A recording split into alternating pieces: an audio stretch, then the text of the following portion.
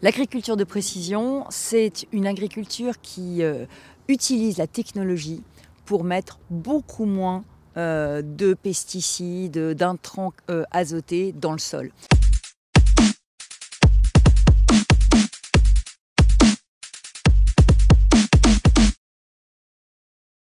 C'est une agriculture qui accroît ses rendements en polluant moins. Et pour faire ça, qu'est-ce qu'on fait? On utilise des capteurs qui cartographient le sol, on utilise des satellites qui nous prédisent la météo, on utilise plein d'outils technologiques qui permettent de programmer les tracteurs pour qu'ils puissent épandre le moins possible de pesticides et exactement au bon endroit. En fait, c'est un peu comme si on faisait des analyses de sang ou des radiographies du corps des champs et qu'ensuite on leur donnait les médicaments, mais de manière tout à fait personnalisée à tous les 3 ou 4 hectares. Alors nous avons financé 4000 projets en 9 ans de modernisation agricole. Nous les finançons à 80% la région.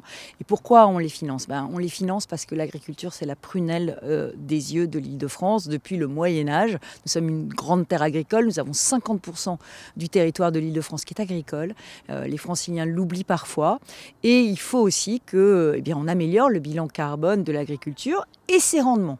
Donc la région est là pour financer tous ces projets de façon à ce que nos jeunes aient envie de se lancer dans les métiers de l'agriculture.